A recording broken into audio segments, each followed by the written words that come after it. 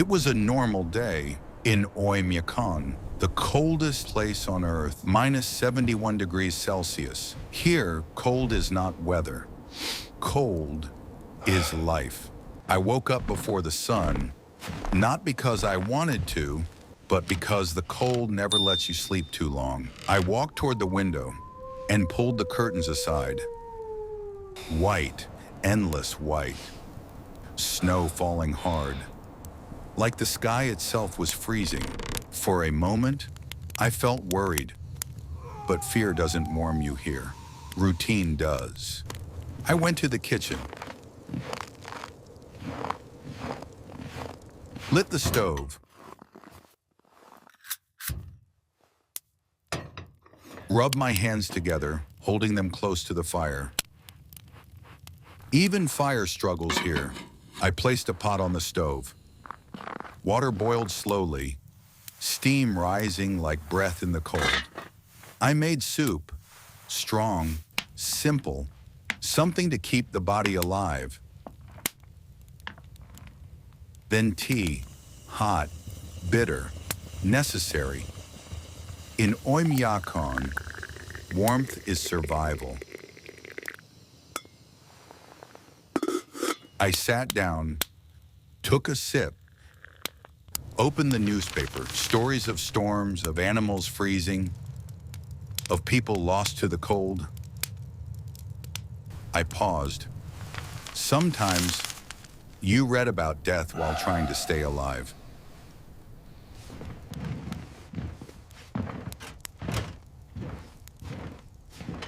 Then I started layering, one shirt, another,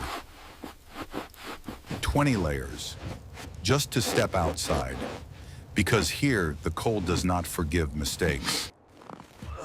I picked up my axe, opened the door, and stepped outside. The cold hit me instantly, like a wall. People were already awake. A few meters away, men were clearing snow from their cars, faces covered, bodies stiff. No one spoke much. In this place, words freeze faster than breath.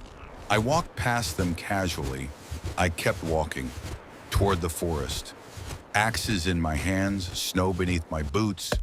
The trees stood frozen, silent witnesses to everything. In places like this, you learn to respect nature, or it reminds you why you should. Then I saw something. At first, I thought it was a rock, but it wasn't. A wolf, frozen, completely still. Ice covered its fur, eyes open, but lifeless. I stood there for a long time. In Oymyakon, even predators fall victim to the cold. I turned away, picked up my axe, tried to work, but my hands felt weak. My heart felt heavier, so I went back. I grabbed the wolf, pulled, tried again. It was too heavy, frozen solid. The cold had claimed it. I hesitated. Helping a wolf isn't something people do here, but leaving it felt wrong. I ran. Behind an old shed, I saw it. A wooden sled, old, heavy, perfect. I placed the wolf on the sled and began pulling. I carried him for a long distance, step by step, through the frozen town. People stared. Some looked confused, some shocked. No one said a word. I dragged the sled all the way home. It felt good. I finally managed to bring the wolf home. I lifted him with care, placed him near the fire pit,